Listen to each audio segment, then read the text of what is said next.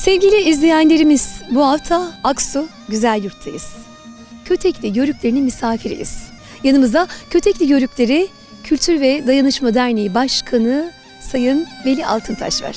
Sayın Başkanım, biz teşekkür ederiz öncelikle bu güzel davetiniz için efendim. Mevlüt abime ve Şehriban Hanım'a çok teşekkür ediyoruz. Obamıza hoş geldiniz. Kötekli aşireti Türkiye'nin en az 20-30 ilinde yoğun olarak yaşamaktadırlar. Yoğun obamız Muğla, Dalaman, Fethiye, Burdur'un il ve ilçeleri, İsparta'nın il ve ilçeleri, Antalya'nın il ve ilçeleri. Arkasından Konya tarafında, Akşehir bölgesinde yoğunlukta biraz. Polatlı Yağcıoğlu'nda, Adana İmamoğlu Yumurtalık, Aksaray'ın Kutluköy'ünde, Mersin Erdemli'de bu bölgelerde yoğun yaşamaktadır. Daha çok tabii başka illerde akrabalarımız var ama onlar küçük obalar halinde. Kalabalık obalar buralarda yaşamaktadır.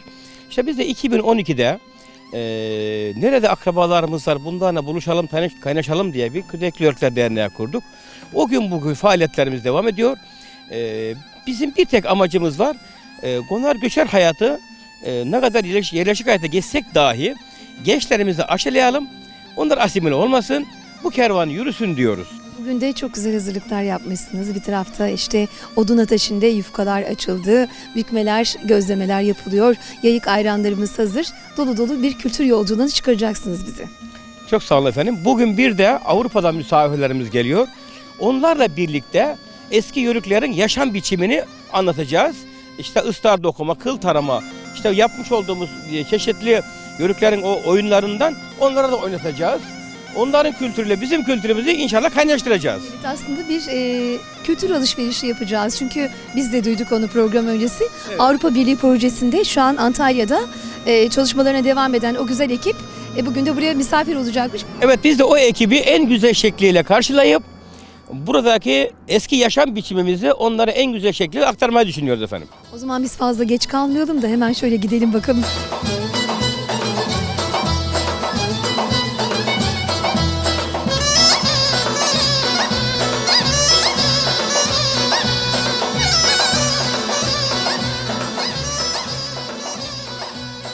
Çadırın önündeyiz. Çadırın önünde de aslında kültürü ilmek ilmek işleyen bir teyzemiz var. Sizi tanıyabilir miyiz efendim?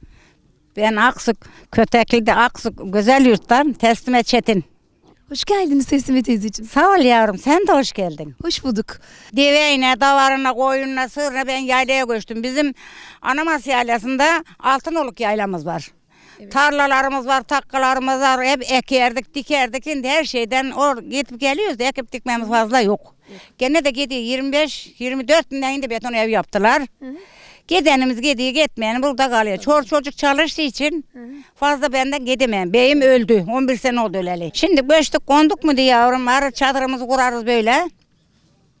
Mallarım hele yazın göçersek böyle yeşilliklere dağlar, taşlar açar, ağaçlar saçar, böyle çiçek kokuları saçar. O sular şıldır şıldır akar. Oraya vardık, konduk muydu? Malımız arkamızdan gelir. Yemek pişiririz, ekmek pişiririz, saçlarda börek ederiz. Çörek atar, öğlen olur. Öğlen mallarımızı sağarız, kuzu oğlak ayrı durur. Sağarız, karıştırır, güderiz. Akşam olur, gene aynı o çadıra gelir. Orada yatar, otururuz, malımız bir yanda, biz çadırda yatırız. Sabah olur, kalkarız. Sabah gün doğalak, develerimize yanımızda çöker, yayıldırız. Gene sarar, gene göçeriz. 3 saat, 4 saat yolculuğumuz olur. Arkamızda çocuk. Biri arkamda olur, biri küçük kucağımda olur, deve biri elimde olur, deve çekerin. Eşeğine sığır gider, biri koyunla, davarına gelir arkamızdan. Nerede bir otlu, çöplü yer, nerede bir rahat edecek yerimiz var, oraya konaklarız. Deveye arkasından takarız, önde bir kişi çeker onu. Emme gelin çeker, emme ana, emme erkek, emme. Hangisi uygun? Sözüm yok, eşeğe taksan eşek de çeker, çünkü yolu biliyor ya. Evet. Şimdiki gibi yol var. Ağacın altına giderse... Çatal olur ağaç. Dokanak dedim mi deve yolunu bilir. Ağaca hiç dokunmaz. Dokanak dedim mi deve bu sözü bilir. Devam eder yoluna. Hiç o ağaca dokanıp da düşen demez.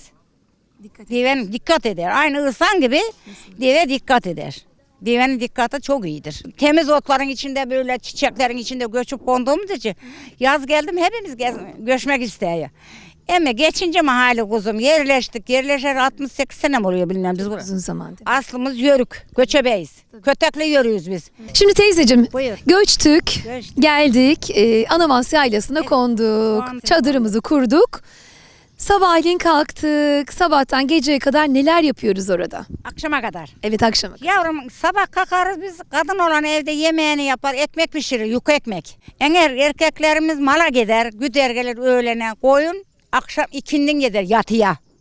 Yatıya gider koyun, kepeneğini alır çoban. Akşamlar günün erken gider, sabah gün doğmadan gelir. Onu evde kalan hanımlar sular, su çeker kuyudan. İleyenlere döker, hatır vardır. Hatırları Ağaçtan bilirsin. yapma. Ağaç, ardıç ağacından yapma. Katıran. Ona bir baştan bir çeşmenin önünde takılıdır. Biraz yetmedi de ileyenler koruz. Su döker, sularız. Koyun eşmeye adırlar. Daha davar gelmez dağdan. Öğlen 11'de bile gelir davar. O davar da sürer, sularız. Davar gece mi gider? Davar gündüz gider. Gündüz gider. Koyun gece gider. Koyun gece gider. Şimdi koyun ısıcağa dayanamaz. Tabii. Onun için gece yayılır. Genelde gece gidiyor. Akşamlar davarda geldiğinde seçeriz. Onun da yatağı vardı taştan inde.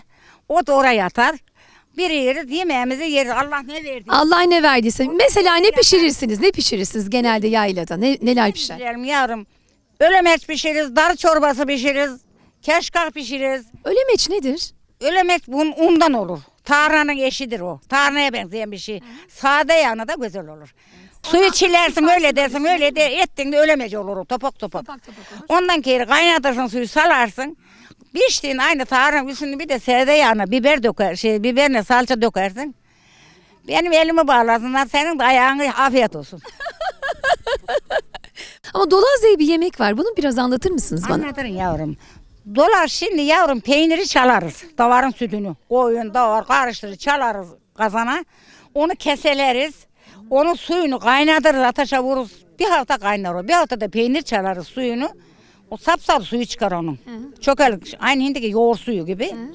Onu kaynata kıpkırmızı olur o. İçine davarın sütünü sağır döküyoruz.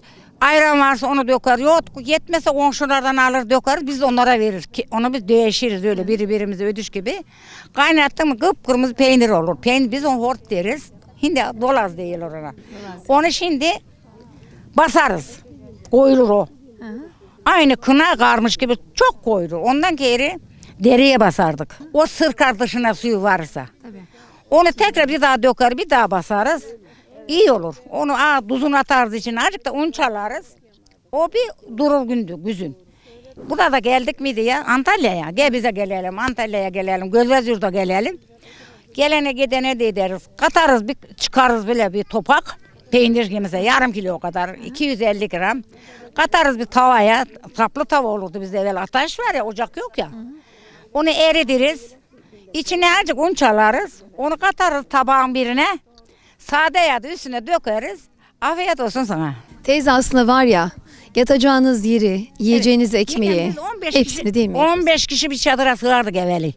Müsevvirimiz de gelir, gelin. Benim 3 tane gelinimiz vardı. Bir anam vardı, bir de ben 5 kadınıydık biz.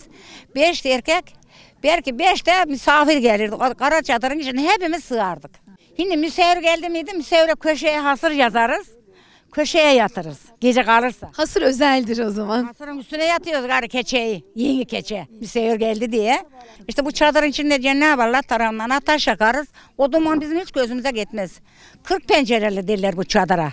Öyle işte yörükçülüğün özelliği o. Özlüyor musun teyze geçmişi? Hemen nasıl?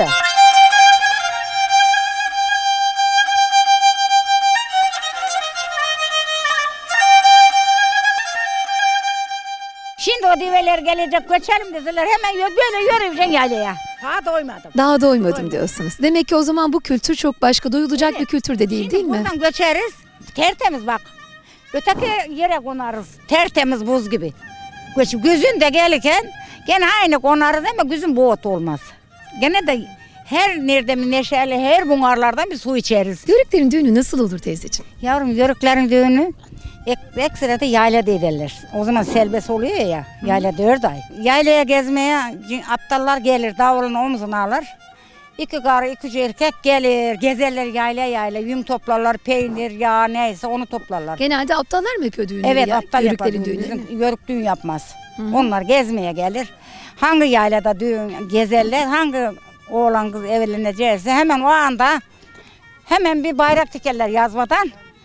Şehir var, kurban görmeye geçecekler. Sen de benden kız eline esi neyse düzeller. Ne esiyse sen de dasta versin, ben babuş veririm, çarık. Öyle çarırdı ya. İp çorap, önlük bağı, enteri, üç etek. Üç etek. Bunları buluruz o günlük. Öğlen gelip bayrak dikilir cuma gün. Cuma gün bayrak dikilir, kız evine gider bir eşya götürürler, yiyecek içecek. Kınalık gider, oradan geri gelirler. O gün öyle bir eğlence olur oğlan evinde. Ertesi gün bir yol kınaya gideriz öğlen. Aptal salmaz gari 3 gün bizde yemekleyeceğiz. 3 gün yemek düğün Evet, yapılır yemek değil mi? Üç veriyoruz. gün Millet işleyecek. oku dağıtıyoruz anada. Hı. Millet gelir öğle yemeğini veririz. Keşke pişirirler, davar keserler. Davul orada çalar. Biz keşke diyoruz ki davul çalar. Hı. Zıngır zıngır erkekler birir. Onu yıkarız. Öğlen yetiştiririz. Of. Öğlen gelir millet yemeğini yer. Eğer erkekler kına yakıp gelmezse kına yakar gider. Evet. Kız tarafına yakıyor kınayı. Oğlan evi Oğlan geliyor. evine yakılıyor Oğlan kına. ev geliyor kına yakmaya. Ha. Kız evine öyleydi. Saçını ayağını falan yakarlardı. Evet, Kafaya saçları yakılır. saçına da vururlar. Ayaklarına da ellerine de vururlar. Kakül kesiyorlar mı şöyle gırpma ediyorlar Yok, mıydı? kırkma var. Var değil mi? Yalnız zülüf var bizde. Zülüf işte zülüf onu Ha, diyorum şöyle zülüf. Kırpma yok da Bunlar onlara tokalar zülüf takılır. oluyordu öyle. Zülüfler. Burada Hı. keserler zülüfü. O 3 gün sonra kesilir. Hı. Zülüf o düğünde olmaz. Olmaz. Hı. 15 yazma ederler. Ertesi gün gelin almaya geleceğiz gayrı biz kız evine gidiyoruz ha davulu vururuz. Yanımız sek atarlar bak. Ben bir kör oğluyum, dağda gezerim, taşta gezerim. Önüme gelenin başını ezerim. Aman aman ezerim, şamlı dağlar aşarım, gödükleri şaşarım. Çadırı kurdum gölgesinde, ya çorba pişirin. Çobanlar dağdan gelir, yemek pişirin. Gerçekten tarih ve kültürümüz dolu dolu ve bunu da sizin sayenizde bizler de öğreniyoruz. Neden sek ata ata giderlerdi? Şimdi yavrum oğlan eve davlayla, zurnasıyla, sevmeniyle gelir. Tüy atalak. Eve yakınlaşım tüy atarlar. Kız evinin haber olsun, gelin hazır olsun diye. Ondan geri neyse vururlar davru, kapıya ip gererler. Bir iki kişi durur. İlle oğlanın bağışlı alacaklar. Kızı verme işleri. İlle para alacaklar. Emme 3 lira, emme 5 lira neyse kapıya duran kimse ona verir. Gönlü olur da çadırın anahtarım var. Açılırlar. Girer, oğlan girmez. Oğlan evvel öyle değildi. Kayınbaba kayınla girer, görümce girer, koluna yapışır. Gelini çıkarlar, ata bindirirler. Kız evinden hebe kollar. Bahşuş ata.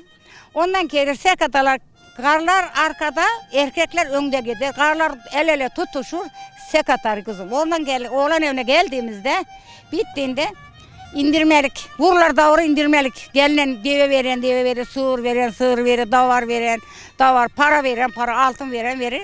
Ondan geri bir de gelinin üstüne şey atarlar, şeker. Buğday, içi paralık var, böyle buğday atarlar, şeker atarlar. Ondan geri gelin indirler.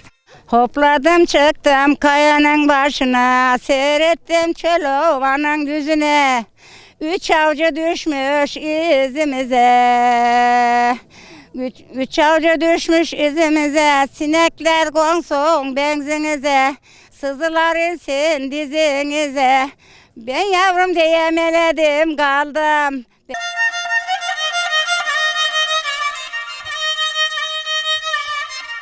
Kilimi yaylada ne kadar süreyle dokudunuz? Hep dokudunuz mu? Hep dokurduk kuzum çuvalımızı, dimi çuval, un katmak için dimi çuval derler. Onu dokurduk, onu boyadırız yaylada. Herkes dokur onu, adetimiz öyle.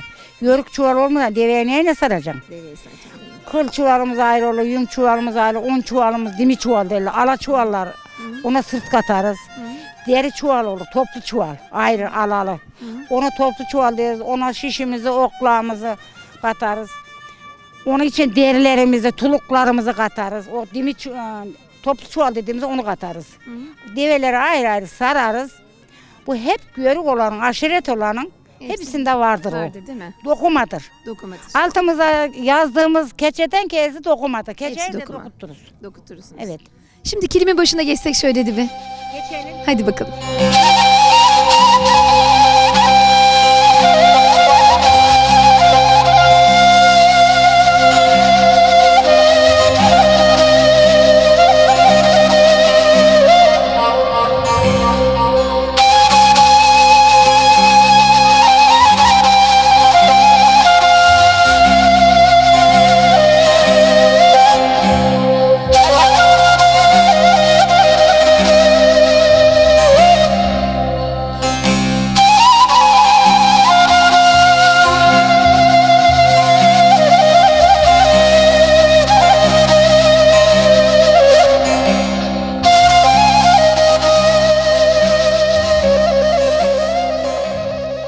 Şimdi teyzemiz var yanımızda. Kolay gelsin teyzeciğim. Sağ ol teyzem, Allah razı olsun. Nasılsınız, iyi misiniz? Çok iyiyim teyzem.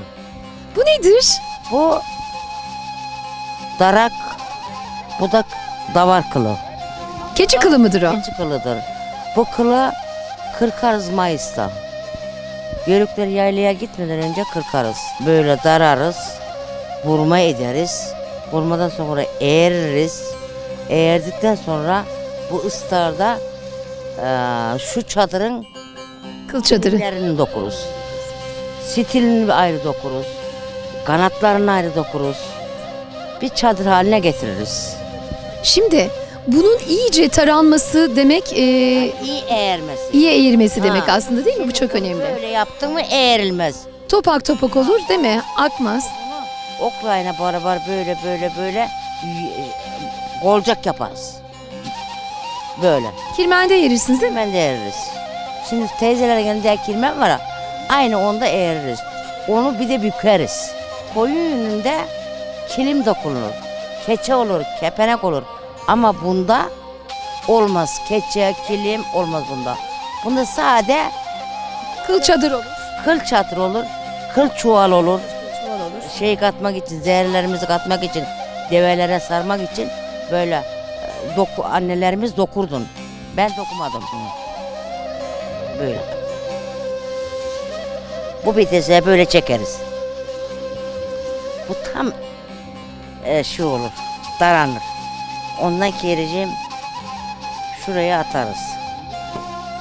Bu bir çuval, iki çuval, üç çuval neyse böyle 3-4 karı birleşiriz. Böyle daranır bu. Atacak vardır bir de. Böyle atarız. Onda da yunglar atılır. Bu atılmaz da yung atılır. Pamuk atılır. Ha, bunu da burma ederiz. Böyle burmayla kirmenle eğrilir, bükülür, ıstara çizilir.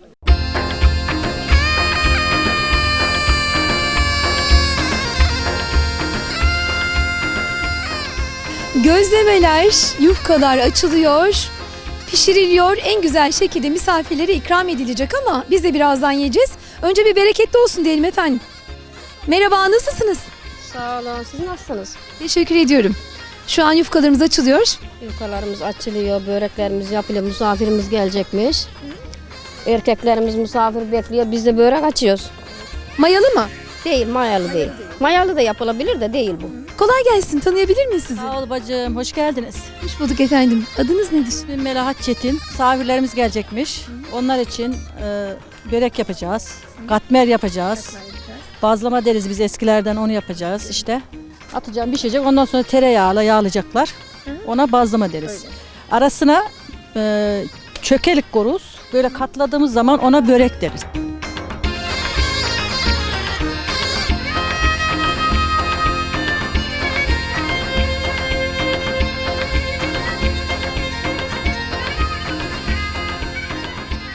Hangimiz yokluğu yaşamadık ki? Aslında işte annelerimizin, babalarımızın, dedelerimizin yaşadıklarını bizler şimdi aktarmaya çalışıyoruz.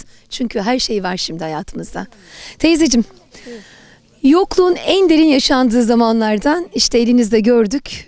Şu an bir şalvar yamıyorsunuz herhalde değil mi? Şalvar yamıyorum. Bunu biraz anlatır mısınız bize? Şimdi malın arkasında bu sırtlar hemen eskir. Mal güderken eskiden mala gidiyorduk.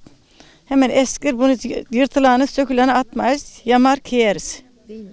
Ondan sonra işte ne diyeceğim. Bir de eskiyen çapıtları, eskiden işte giysileri Atmazdık. Ona yamardık. Ondan ona yamardık, kiyerdik, öyle kiyerdik. Yokluk vardı, yokluk olmasa da daha yamar, illa bir yamarlık sırt keyilirdi. Kiyerdik. Mal güderdik. Sabahleyin kalktık mı hamur yumur, her gün bir ekmek yapardık. İşte öğlene doğru malımız gelirdi. Onlara yemek hazırlardık. Ne pişirdiysek. Sonra atardık. Dokuma soğramız olurdu. Onun için hepimiz birleştirdik. Bir çanağa katardık. Bir çanağa yemek katardık. Hepimiz ondan yerdik.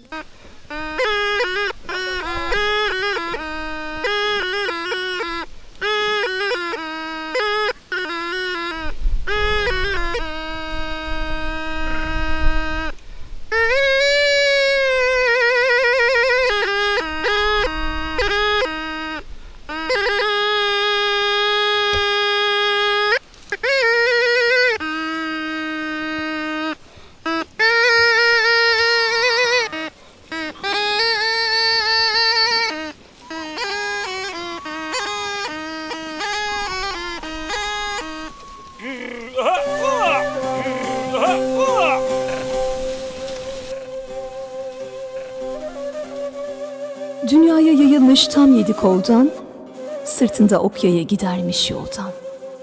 Bazen Anadolu'dan, bazen Ural'dan 4000 yıllık tarih yazmış yörükler. Osmanlı'nın temelini kurmuşlar. Şeyh Edebali'den öğüt almışlar. Bizans tekfuruna haber salmışlar. Düşmanını bulur, ezer yörükler. Bazlaması, çökeleği, çorbası, giyinmiş, kuşanmış yayla urbası, Torosların zirvesinde obası, sipsi çalar, ayran süzer yörükler. Semeri sırtında develer atlar, çadırı kurarlar gidince katlar. Keçisi, koyunu yayılır otlar, bazen yayla yayla gezer yörükler. Tarhana yaparlar, odun toplarlar. Teke zortlatması çalar, hoplarlar. Ateş yakar, üzerinde zıplarlar. Sarı keçi, kara keçi avşarı, yüzünde parlıyor Allah'ın nuru. Ertuğrul Gazi'de gizemli sırrı, tarihe bir sayfa kazar yörükler. Umut suçumu kur gezer de yazar. Dostuna dostudur, düşmanı ezer. Başına geleni önceden sezer. Fesat'ın oyununu bozar yörükler. Fesat'ın oyununu bozar yörükler.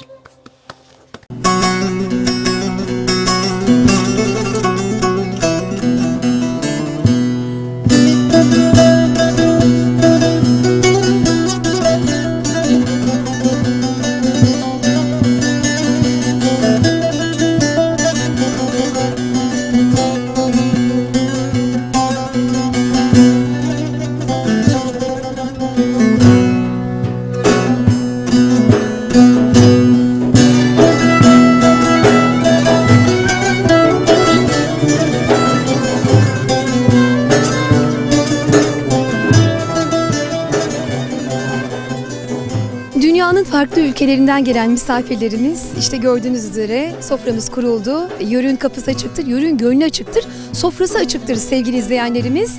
Yayık ayranlarımız ikram edildi. Annelerimizin, ablalarımızın yaptığı o güzel gözlemeler sofralara sunuldu. Tabii ki ne eşliğinde? Turşusu olmazsa olmaz yörüğün diyoruz. Biz de onlara afiyet olsun diyoruz efendim.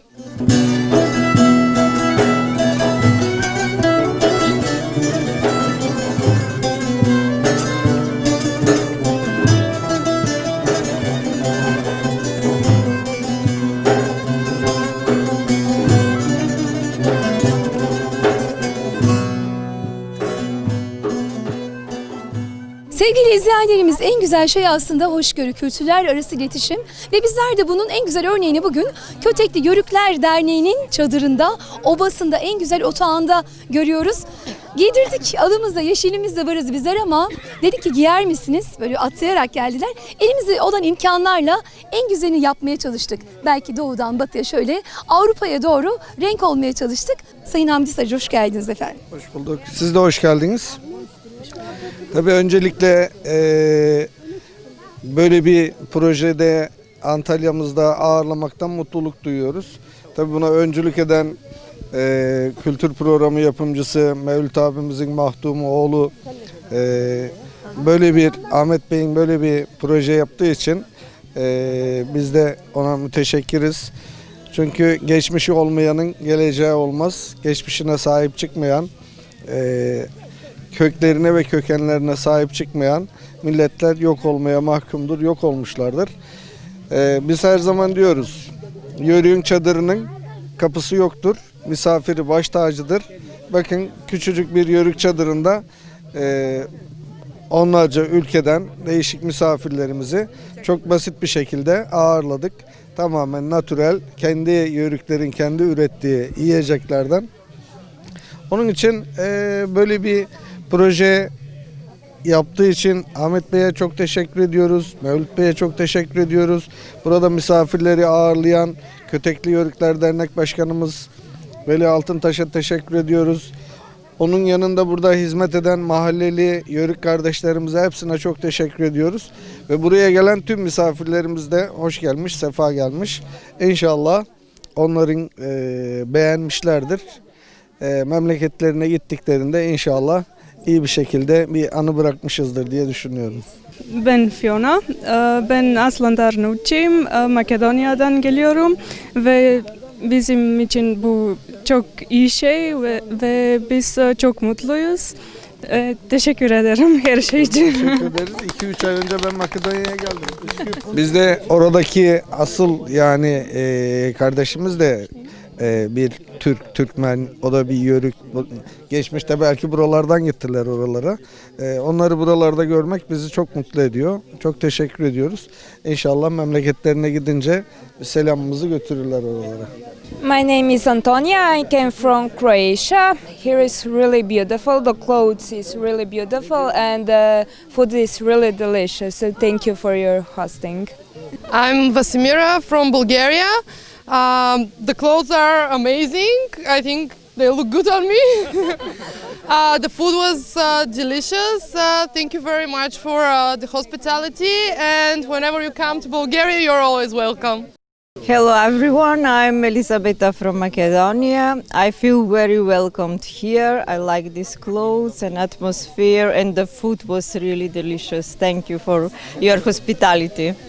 Aslında bizlerin hiçbir sıkıntısı yok. Birlik ve beraberlik adına doğudan batıya, kuzeyden güneye, dünyanın dört bir tarafına tek niyetimiz ses olmak. Belki de onların gönüllerini hoş tutup biz de onların gönüllerinde bir nebze olsun var olabilmek. İşte gördüğünüz üzere Sırbistan'dan Makedonya'ya kadar, Hırvatistan'dan İspanya'ya kadar hepsi burada. Bizler de buradayız efendim.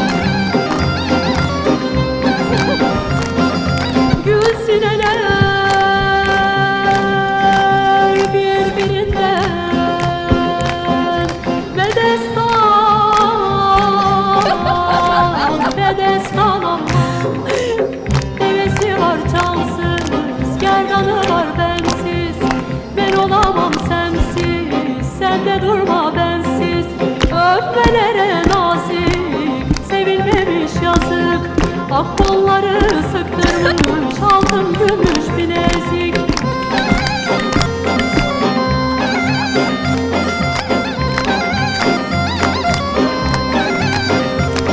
Oyna oyna. Gel oynayacak gel.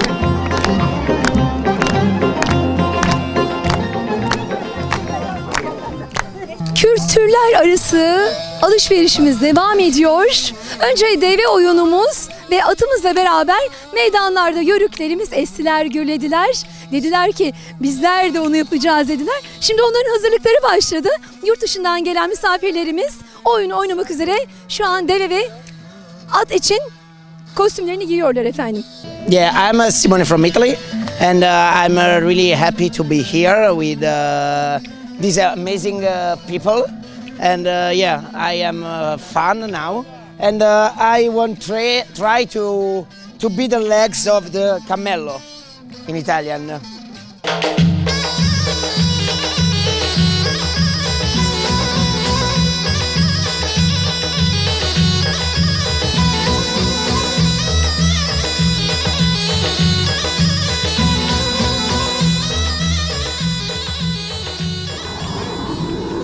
Evet, şimdi duygu ve düşüncelerini öğrenmek istiyoruz. Devenin içinde ilk defa belki de sevgili izleyenlerimiz hep erkekler bu oyunu oynarlar. Bir kız bir erkek var, başında da kızımız çekiyor. Duygu düşüncelerini öğrenebilir miyiz efendim? This is a magic moment for us because we live in the city, so this is a really magic moment. And this is a wonderful culture because it's free and is open to everybody. And we make like a home. Biz şehirde yaşıyoruz, o yüzden bunlar bize çok değişik ve sizin kültürünüzü koruyor olmanız çok güzel.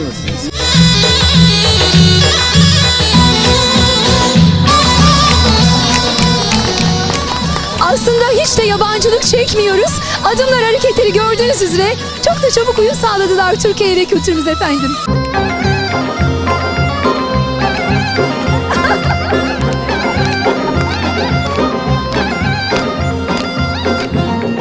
Devemizin ön ve arka bacakları şu an meydanda. Gördüğünüz üzere.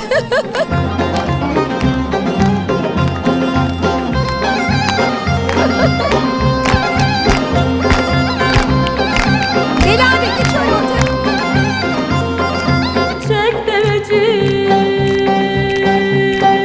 develeri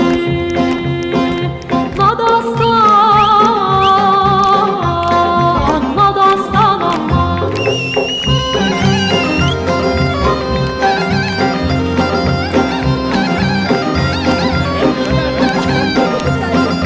Gül sineler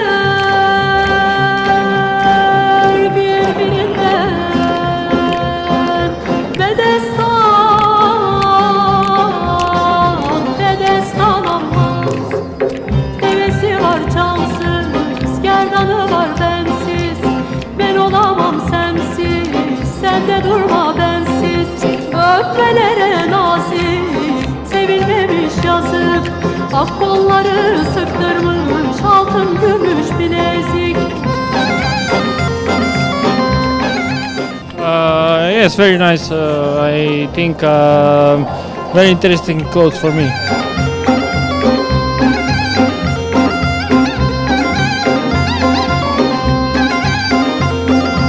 Çek deveci develeri Yokuşa canım It's really interesting being in this place, visiting how used to live the nomad village in Turkey, and actually Ayran, the name of Ayran, it's really tasty. Thank you very much for the experience. Diyorum ki kötekli ayranı içiniz, serinlesin içiniz. Elini kucağına biri getir. Yan otur. Şimdi et karışını. Gel dur. Bastır. Press. Bastır. Strongly, more strong. Bastır. We got the same in Bulgaria. Dur bir. Açalım ediyor. We do the same in Bulgaria, but I can't do it. Çemdirsene öyle. Şöyle kollarını çemdirince. Bayram abi de var yanında. O daha hızlı. Bastır sen bastır. Olacak. Bastır dur. Dur ben ondan da yiyeceğim lütfen. Şuraya şey var. Yes, actually my great grandmother used to do this when I was very, very little, and I almost don't remember it. But I have never done it myself.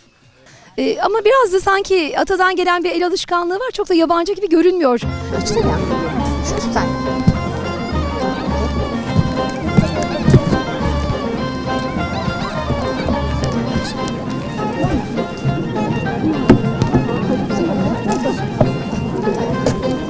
Şuraya. Sert bas. Bas buraya böyle bas. Sert.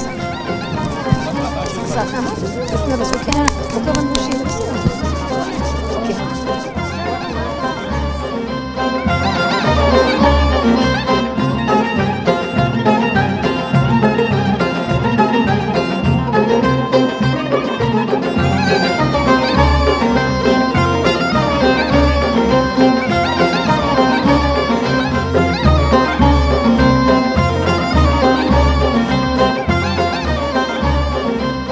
Misafirlerimiz şu an kirmen eğiriyorlar sevgili izleyenlerimiz. Okay, I'm making strings to make clothes, to make fabrics. And here we had great food and we were very well acquainted. And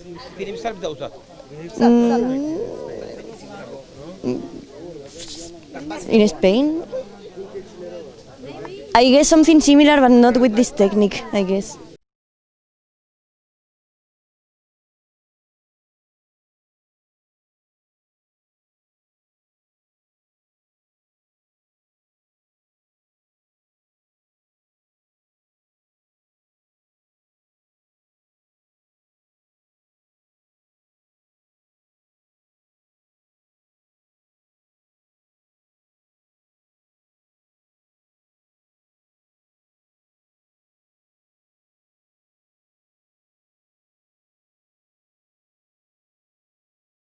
Geldiniz. Hoş bulduk, sağ olun, var olun. Sizin çektiğiniz için memnunuz.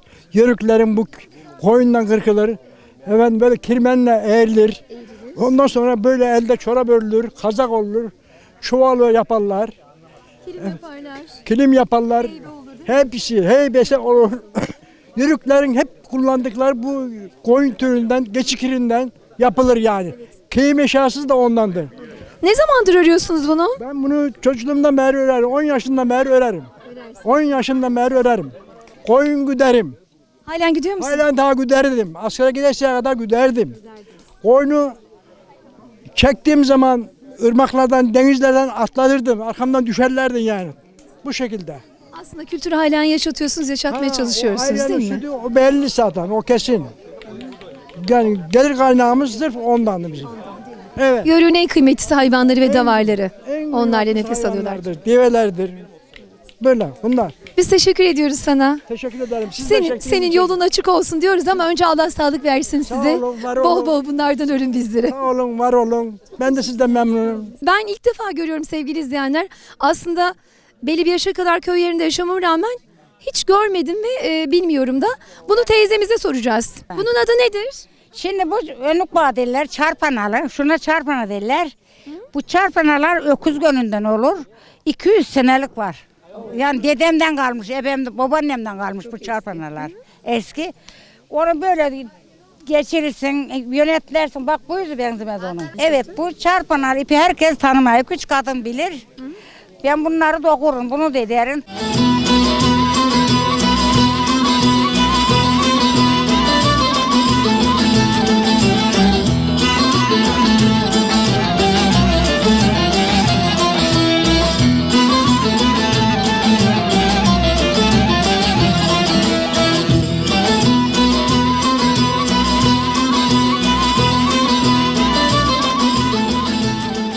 This is a wonderful tradition for us.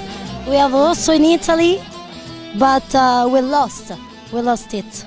We lost everything of tradition. So, thank you for this moment. Şu an biraz destek alarak gidiyoruz ama bu işi becerdiğini düşünüyorum çünkü eline yakışıyor her şeyden önce. İlk defa bununla karşılaşmasına rağmen gayet iyi. Mantığı anladı çünkü. Thank you very much. Thank you. Değerli izleyenlerimiz, Yörüklerin geleneksel oyunlarından bir tanesini birazdan sevgili misafirlerimize aktaracağız. Aslında köylerde, köy odalarında, Yörüklerin çadırlarında en çok oynanan şeyler ise geceleri orta oyunlarıdır. Bunlardan bir tanesi de ara oyunu. Ara oyunun en büyük özelliği ortadaki kişinin kafasında bir şapka vardır. Sağında ve solunda bulunan kişiler o şapkayı düşürmeye çalışırlar. Ama düşürmeye çalışırken hem dayak yememeye hem de aynı zamanda o şapkayı düşürmek için de ciddi bir emek sarf etmek zorundalar. Ya dayağı yiyecekler ya şapkayı düşürecekler. Şimdi hep beraber izliyoruz. Okay, let's watch. You will understand the idea, but this is the game of bees. The idea is trying to make the head of man.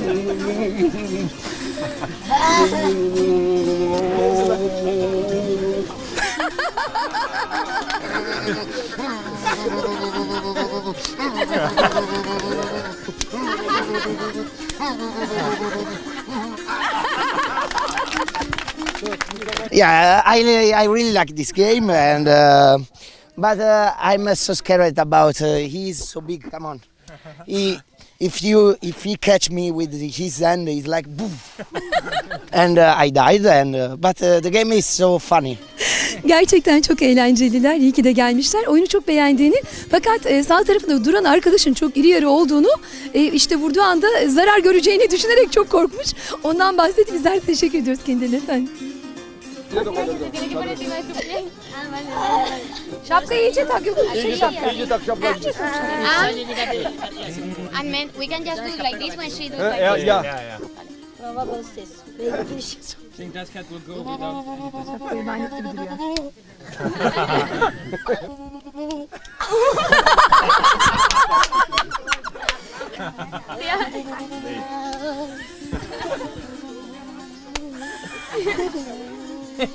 We are going to stay a long time here.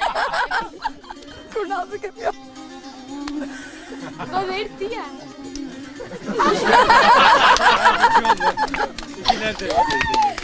Doesn't matter, yeah. Yanımızda Marilene var. Ara oyununu biz oynarız dedi hanımlar olarak. Hemen atladılar. No, I'm not very good still because I'm a little bit tired. So, but this is a really like play. We made all the play of the world in this day because we are French, Spain, Italian, Bulgaria, and this is wonderful. It's funny and I'm like a baby, like a. But when she catch me, this is my friend, so no important.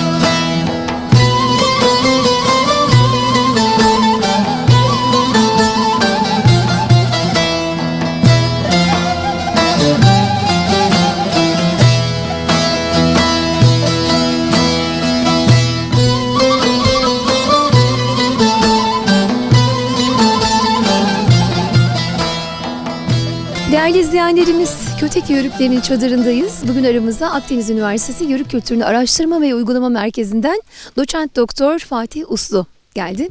Hocam, Bugün çok özel misafirler ağırladık bu çadırda. Kocaman gönüllü insanlar bizleri de misafir ettiler. Avrupa'dan gelen değerli misafirlerimiz de burada ağırladılar. Bu konu üzerinde ben sizin duygu ve düşüncelerinizi alacağım ama özellikle Yörük kültüründe geceleri, gündüzleri her şekilde her yerde oynanan orta oyunlarından bahsedildi. Tabii. Biraz bunları değinebilir miyiz? Bugünkü program gerçekten çok kıymetli, çok özel.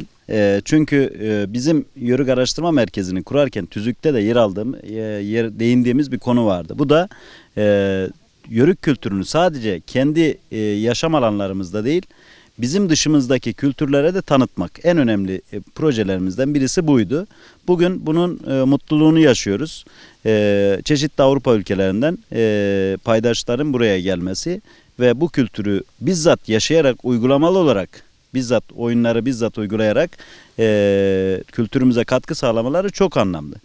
Bir diğer taraftan bizim kültürümüzün, Türk kültürünün sadece Anadolu'daki özellikle Toroslar'da sıkıştırılmış bir çadır kültürü olmadığını, bu kültürünün köklerinin Orta Asya, Türkistan coğrafyasından başlayarak önce Anadolu'ya, daha sonra Rumeli'ye, bugün Balkanlara, bugün katılımcılardan bazıları Makedonyalıyım dedi ve Türkçe konuştu farkındaysanız konuşmasını. Bu bizler için çok mutluluk verici şey. Bugün burada 2 tane oyun icra edildi. Birisi deve oyunu, birisi işte arı oyunu.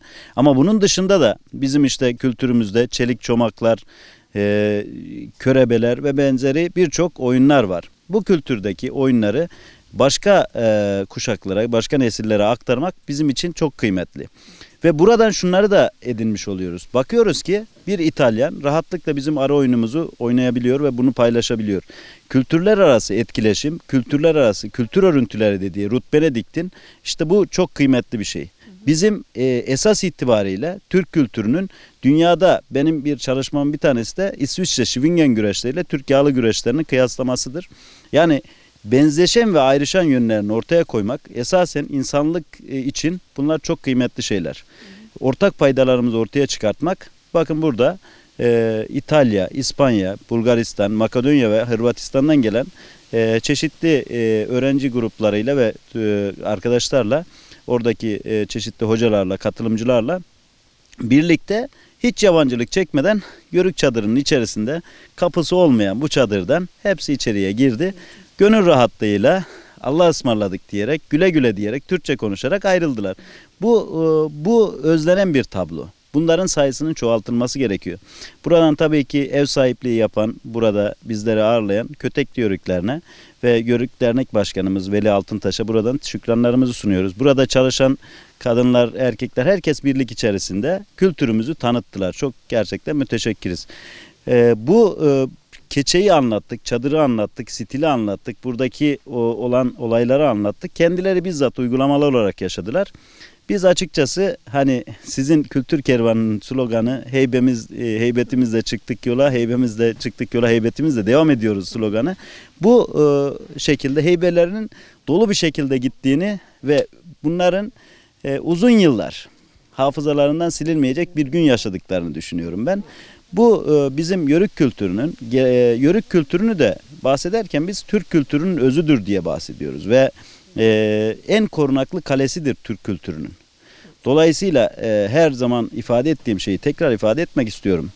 Kültürler son nefeslerini yüksek dağların zirvesinde verir diyor Fernand Braudel. Bu çok kıymetli bir şey. Bu Yörüklerin kültürleri gerçekten korunaklı kaleler asla bırakılmamalı ve terk edilmemeli. Onun için bugün burada Yörük çadırında İngilizce konuştuk, Almanca konuştuk, İspanyolca konuştuk, İtalyanca konuştuk. Az da olsa bunları paylaştık ve kültürümüzü çok çeşitli dillerde anlatmaya çalıştık ve belli oranda başarılı olduğumuzu düşünüyorum. Kültür kervanı da isminden anlaşılacağı üzere bu yükü taşımaya çok uygun bir yol. Onun için buradan yapımcımıza ve sizlere de teşekkür ediyorum. Veli Altıntaş abim, bugün bizleri en güzel şekilde ağırladınız. Yurt dışından gelen misafirlerimizi ağırladınız. Onlar da çok mutlu gittiler. Güler yüzleri dolu dolu gittiler. Biz çok mutlu olduk. Çünkü gelen misafirlerimizin içerisinde, Avrupa'dan gelen misafirlerin içerisinde Türkçe konuşanlar da vardı. Yıllar önce Osmanlı'nın döneminde Bulgaristan, Yugoslavya ve Arnavutluğa giden, Çin'e kadar giden akrabalarımız da bugün buralardaydı. Çünkü onlarla bugün burada güzel oyunlar çıkardık ve bizim oyunlarımızda oynadılar. Biz de onun için çok memnun olduk. Örneğin at ve deve oyunumuz vardı. Onlar da at ve deve oyununu yaptılar. Buradaki işte kolon dokuma, kilim dokuma, yayık yayma ve yufka açma, börek, çörek yapma hepsini onlar da yaptılar. Bizim kültürümüzü Avrupa'ya götürdüler. Tabii biz şu anda bu eski yörük yaşamını çok nadiren yaşıyoruz ama yerleşik hayata ne kadar geçsek de eski yaşam biçimimizi her zaman canlandırmaya çalışıyoruz. İşte bugün burada yine bunlar vardı. Yörük kültürümüzü burada en güzel şekliyle tanıttığımızı düşünüyorum. İnşallah memnun olmuşlardır diyorum. Memnun gittiler, gülerek gittiler, gülümseyerek gittiler. Hatta böyle öyle sıcak sarılıyorlardı ki buradaki ablalarımıza, emek veren teyzelerimize, abilerimize. Biz de onlara da çok teşekkür ediyoruz ayrıca. Çünkü onların emeği var. Sabahın köründe gelindi, odun ateşleri yakıldı, saçlar kuruldu, hamurlar yoğruldu. Ardından bu çadırın kurulumu ile ilgili birçok kişi burada emek verdi. Bunlar olmasa ben olmam. Çünkü biz hep ekibiz. Her zaman söylerim, ben Gondar göçer hayat yaşamadım. Ama abimden, Teslimet teyzemden, ablalarımdan öğrendiğim kadarıyla yaşatmaya çalışıyoruz. Biz de bunun burasındayız yani. Şimdi Veli abicim aslında yaşamamışsınız ama yaşamış gibi yaşatıyorsunuz bizlere. Şölenlerde, toylara gittiğimiz anda biz hiçbir karşılık beklemeden atınızda, arabanızda tabiri caizse bütün o kültür malzemelerini yıllardır biriktirdiğiniz tabağından, çanağından, yabasından, anlatından, düvenine kadar ne varsa hepsini bir uçtan bir uca, Türkiye'nin bir ucundan bir ucuna götürüyorsunuz ve Evet. hiçbir beklenti olmadan sadece kültür yaşasın diye. Bu yüzden aslında biz de bu camia adına teşekkür ediyoruz efendim. Şimdi burada bir konuya da değineceğim. Şimdi 3 yıl önce ben Kırkpınar'a gitmiştim. Kırkpınar'a gittiğim zaman Edirne'nin içine dolaştım, tamamen Antalyalı. Sahayı geziyorum, tamamen Antalyalı. Tribünler hep Antalyalı. 20 tane güreşçi kısmetini giyinmiş, soyunmuş. 18 Antalyalı, ikisi Samsun, Ladikli, Karamürselli vesaire yerlerden. O da çok duygulandım. Ve şöyle sahayı gezdim. Her tarafı Akçadır. Her taraf Akçadır. Dedim ki gelecek sene bu kara çadırı bu Kırkpınar Er Meydanı'na getireceğim dedim. Ve çadırımızı en güzel bir yere koyduk. Biliyorsunuz ki Edirne Osmanlı'nın eskiden başkentiydi. Evet. Ama ne olmuş şimdi her tarafı Akçadır almış. Herkes asimile olmuş. Karaçadır'ı oraya götürdüğüm zaman oradaki Romanlar ve diğer akrabalarımız bu ne diyorlar bana? Bu dedim Karaçadır. Bizim eski yaşam biçimimizin bir örneğidir bu. Evet. İşte bu bizim evimiz de anlatıyorum. Gelenler bana diyor ki burayı kaça tuttun abi? Abi buraya kaça tutmuşsun be diyor, bana geliyor. Bu çadır öyle içinde alışveriş yapılan ticaret çadırı değil diyorum. Bu çadır eski bizim Gondar göçer hayat yaşadığımız zamanlarda evimiz diyorum. Onun için bir projemiz vardı. Hamdi Sarıcı Bey'im geçen yıl orada bey olsaydı Edirne'ye 40 Pınar'a 40 çadır projemiz vardı. Fakat bunu inşallah bunu Fatih Usta Hocam da söylüyor. Edirne'ye 40 Pınar'a saray önüne 40 çadır inşallah kuracağız. Türkü söyleyemeyeceğim ama gene bir 40 geçidi bir anlatalım. Şimdi burada Nisan'ın ortaları gibi, Mayıs gibi 40 geçide göç başlar. Buradaki obaların Anamas Yaylası'na giden obalarımız döşeme altının bir yarısı ve Serik'in bir yarısı Anamas'a göçerler. Buradaki göç yoluna başlamadan önce bütün yörük beyleri obalara haberini salar. İşte der ki 25 Nisan'da göçüyoruz ya da 5 Mayıs'ta göçüyoruz. Ve döşeme altının bir yarısıyla Serik'in bir yarısından göç başlar buradan. Anamas'tan o 40 tane geçidi geçe o aşılmaz dağları aşağı aşağı Anamas'a varılır. Bunu da bir kısa bir değiş olarak anlatalım. Göç katar olurdu Nisan Mayıs gelince. Yörük Türkmen beylerin obalara haber salınca. Koyun kuzuyu keçin oğlan yanına alınca. Geçit vermezdi 40 geçit çayları. Aşılır giderdi çamlı beller. Göç yolunda buluşurdu bizim aşiretler eller. Ah hanım ah. Tülü mayalara yükler sarılırdı. Gona göçe Anamas'a varılırdı. Düzlüklere kara çadır kurulurdu. Davul zurna vurulurdu. deri tulağda bişekler vurulurdu. Ötmez oldu da bizim yaylanın duguk kuşları.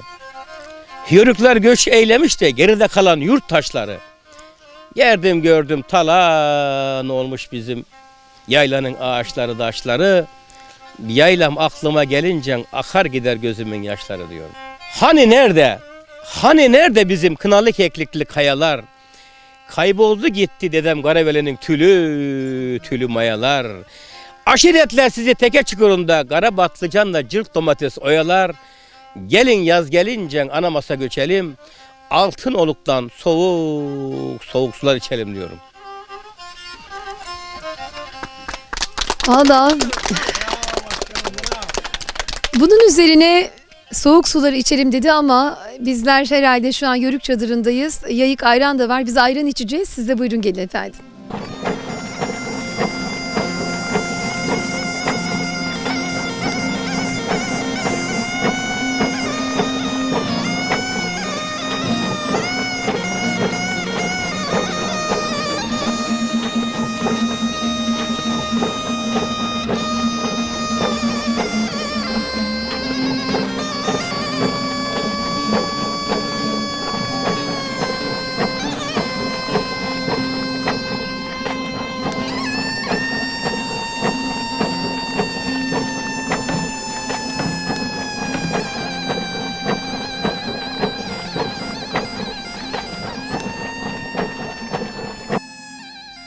Teyzeciğim kolay gelsin. Sağ ol, hoş geldin. İsmim Esma Ülker.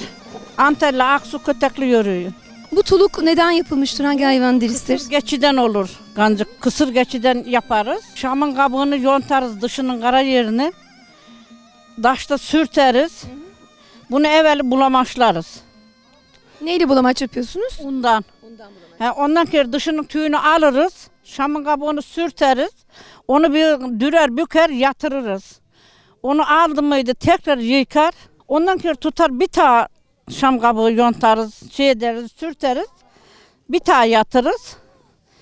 İçinde bir suya yararız evvel. Çabuk geçsin diye. Ondan sonra devam eder, gereriz, yoğurdumuza devam ederiz. Kaç sene kullanabilirsiniz yapmış olduğunuz bu Bunu tam tulu? bakarsan 10 sene kullanırsın. 10 sene kullanırsın. Şimdi birisi ayran istiyor. Ay, ayran da çok güzel kabarmış. Köpürmüş iyice. Güneşte kaldı ya. Hep derler ya sevgili izleyenler, yörüğün ayranı kabardı mı yanında durma kaç derler. Ama biz şimdi ayran içeceğiz, kaçmayacağız. Ne çocuk? Tuluğun ayranı çok güzel olur. Ne makineye benzer, ne kaymakla benzer. Tuluk iyi olur. Elinize kolunuza sağlık. O zaman bir bardak ayran içelim diyeceğim ama. Efendim hemen.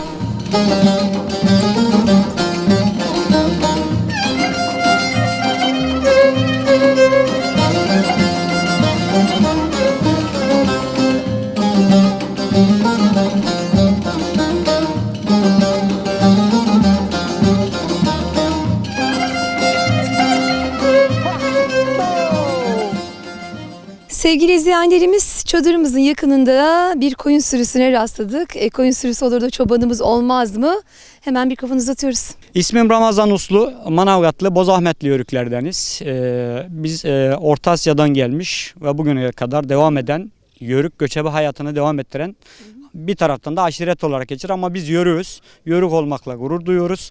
Ülkemizi, vatanımızı, milletimizin en çok sahip çıkanlardanız. İşin doğrusu geçmişe dayalı olarak teknolojiden de faydalanıyoruz. İşin doğrusu mesela şu anda bizde çadırımızda elektrik yani var, televizyonumuz var, ulaşımımız var. Yani o göçer hayat şimdi biraz daha kolaylaştı. Çadır hayatları biraz daha kolaylaştı. Bizim tavsiyemiz yörüklerimize, akrabalarımıza, özellikle Antalya'da bulunan bütün yörüklerimizden genç nesillere biraz daha bunu eğitimsel anlamda katkı sağlasınlar diyoruz. Çünkü genç çoban arkadaşlarımız maalesef azaldı, yok diyecek kadar az. Burada sizler vesilesiyle de hem ülke yöneticilerimizden hem de burada bulunan mülk amirlerimizden teşvik öneriyoruz gençlere. Bizim gerçekten hani derler bizim yörüklerde hem reziliz hem veziriz. Biz malımızın hem rezili hem veziriyiz. Çadırımızda yörük olarak yaşayabilmek, yaşatabilmek, büyüklerimizden aldığımız örnekleri devam ettirebilmek bizim için çok güzel. Ve bugün gerçekten geçmişimizi bir nebze olsun hatırlamış olduk.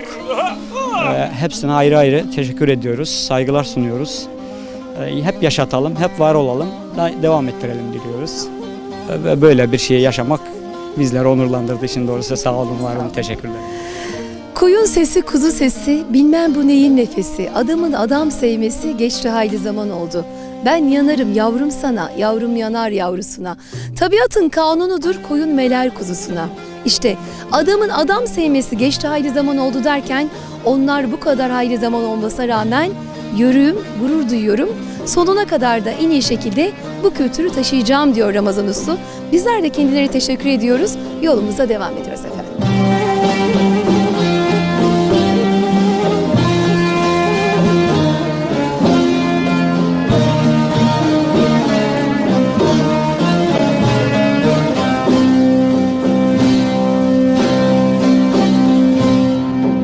Koyun gelir yata yata çamurlara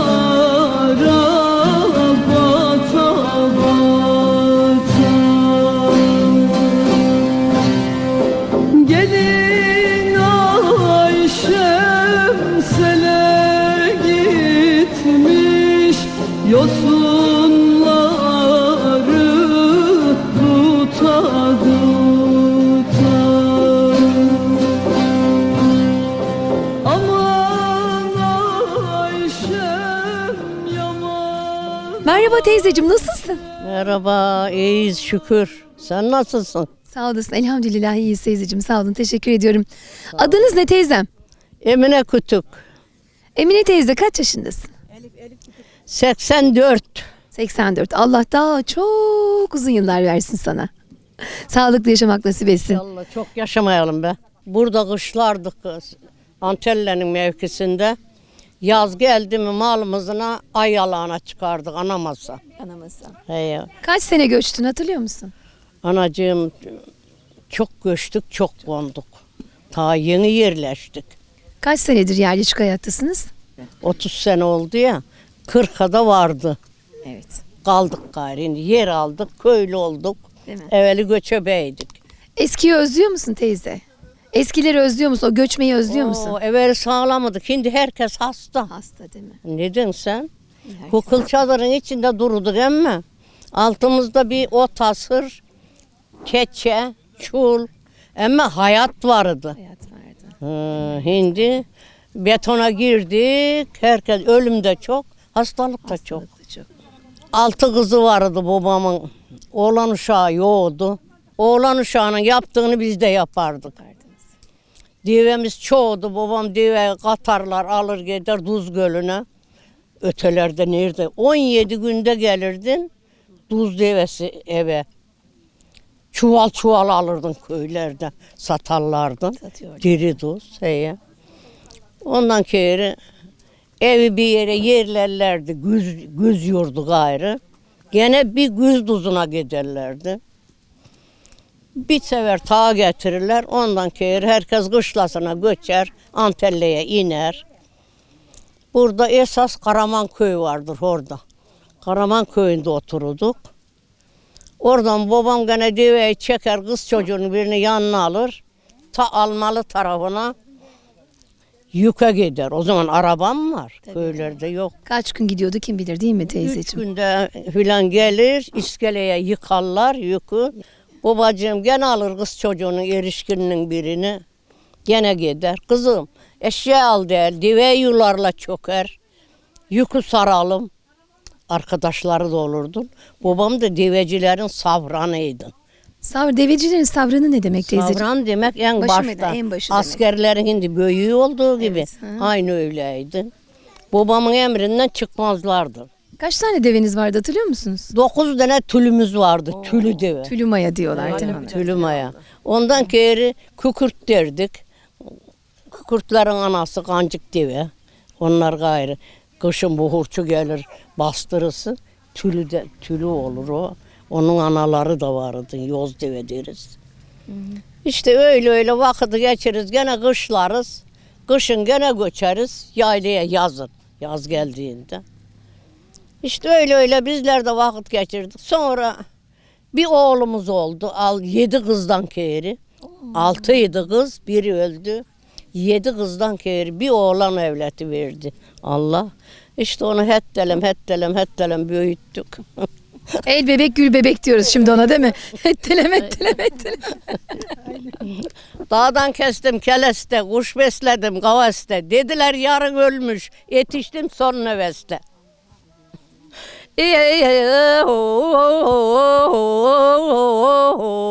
Yeter. Bir şey söylemeyeceksin gayrı. O kadar yeter. O kadar yeter. O kadar yeter. Yeter. Azsa da çoğa sayın. İşte. Yaşlıların aslında en çok söyledikleri sözcük budur. Ben de ebemden, ninemden çok duymuşumdur. Azımı çoğa sayın der bir şey getirdiğinde. İşte bir patik örer getirir, yavrum azımı çoğa say. Bir yemek, bir şey konulur, işte bir avuç, bir sokum derler. Azımı çoğa say derler. Biz senin azını çok saydık teyzeciğim. Evet ablacığım. Demin ki deli kardeşim 40 geçidandı ya. Annem benim büyüğüm ablam var bir. Onu doğum yapmış. Akşam sabahleyin o 40 geçidi 40 tane dereyi böyle çiğneye gitmiş. O soğuk su yeni doğumsal kadına dokanırmış. Dokanmamış. Şimdi bizim köyün yaşlıları Mehmet abinin hanımı dediler. O 40 geçidi çiğnedi gitti bir hastalanmadı dediler. O da sağlıklıymış. Ablam da babamın annesinin adı olduğu için akşam böyle ufak bu keçelerden eskiden battaniye varmış. Çocuk battaniyesi yoğmuş. Kundak yoğmuş. Akşam battaniye babam nasıl bunu yapıyorlarsa keçeyi işte pişirirler ne yapar işte yapıyorlar. Dokumaylarmış da böyle bir şey yapıyorlarmış. Onu babam keçeyi neyse dökmüş akşamdan bir de ip örmüş. Çocuk bilek ipi örmüş annem ebişsin diye. Annem sabahleyin ablamı ebişmiş sırtını almış. Göçmeli yoluna devam etmişler. Anamas yaylasına. İşte 4 aydan 5 aydan kaç ayda varıyorlarsa gidiyorlarmış. Gördüm yaylayı bir meyve dokundu. Yaylaya gittim. Bir de Veli kardeşim şölen yaptı. O zaman gördüm. Eskiden ağacı, taşı her şeyi varmış ama yakın köyleri hepsini kesmişler. Şimdi koruma altına almış devletimiz sağ olsunlar. O ardıç ağaçları bayağı böyle 1-2 metre olmaya başlamışlar. Ama veren olmuş yayla. İşte bildiğimiz bu kadar. Yeni nesil ne anlasın yayladan şeyden. Benim bir tuhafıma gittim. Annemi Veli kardeşimle yaylaya bir götürdük. Annem başladı ağlamaya. Böyle kekik var, böyle çadır kurtların arkasında bir kekik ağaççığı var. Oğlum dedi bak bu kekikten getirdi eve misafir geldim dedi. Akşam kaynardık içirdik dedi. Eskiden çay yiyormuş tabii. Hem o gün çok sağlıklıymış ya. O zamanlar temiz hava, her şey çok farklıymış geçmiş. Çok sağlıklıymış emme. Kötekli Yörüklerin çadırında aslında sarı keçili bir yörüğümüze rastladık. 2 gündür de bizlere inanılmaz hizmetleri var. Öncelikle haklarını helal etsinler bize. Isparta Gelendos Çaltık köyünden Selahattin Koca. Sarıkeçili yörüklerindenim. 1983'te Antalya Aksu'ya buraya yerleştim. O nedenle Kötekli yörüklerine aynı zamanda annem, baba tarafından karşılıklıklarından dolayı bu kültüre emekli olana kadar işime devam ettim. Emekli olduktan sonra bu kültüre devam ettim.